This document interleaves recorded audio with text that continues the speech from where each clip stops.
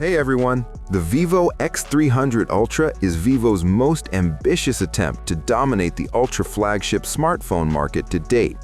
It is immediately apparent that the device's main goal is to maximize mobile photography and performance, even at the expense of making significant compromises in terms of size, hardware, and design. The camera module is the first item to catch your eye. It is enormous, unabashedly so, and obviously made to convey the main purpose of this phone. The camera system from the previous generation was already outstanding, but Vivo has improved it to the point where it feels more like specialized photographic equipment than a standard smartphone. Just the alleged dual 200-megapixel sensors point to a significant improvement in image power.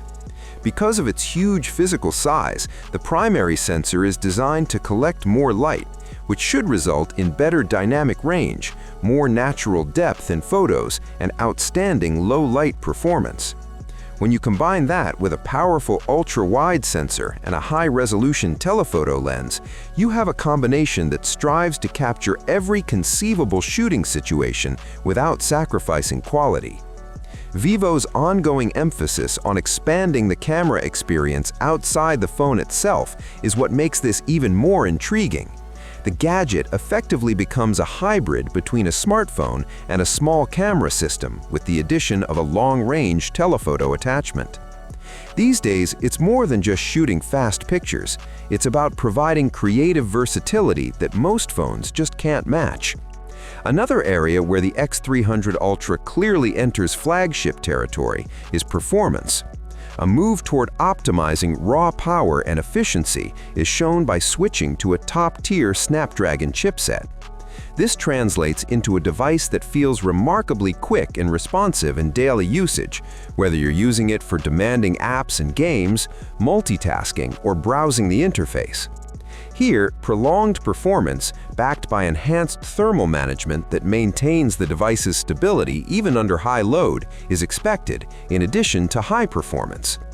It seems that battery life strikes a compromise between practicality and capacity.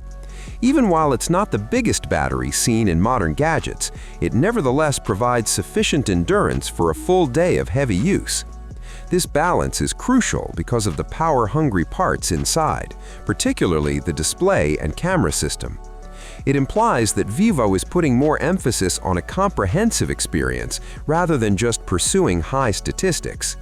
The X300 Ultra feels like a statement gadget in terms of design.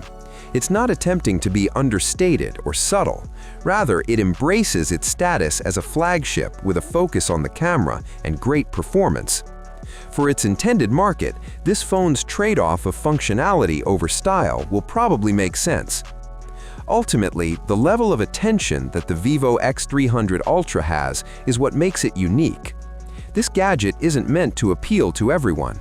It is designed for those that desire state-of-the-art photographic capabilities, superior performance, and a gadget that can be used as a serious creative tool. In a market where many smartphones are beginning to seem more and more alike, it stands out by firmly leaning into that identity. Ultimately, rather than being a safe upgrade, the Vivo X300 Ultra seems like a daring choice. It advances hardware in significant areas, particularly in imaging, and strengthens Vivo's standing as a high-end brand open to experimentation and innovation. This gadget is emerging as one of the most appealing choices in the ultra-flagship class for anyone who prioritizes performance and photography above all else.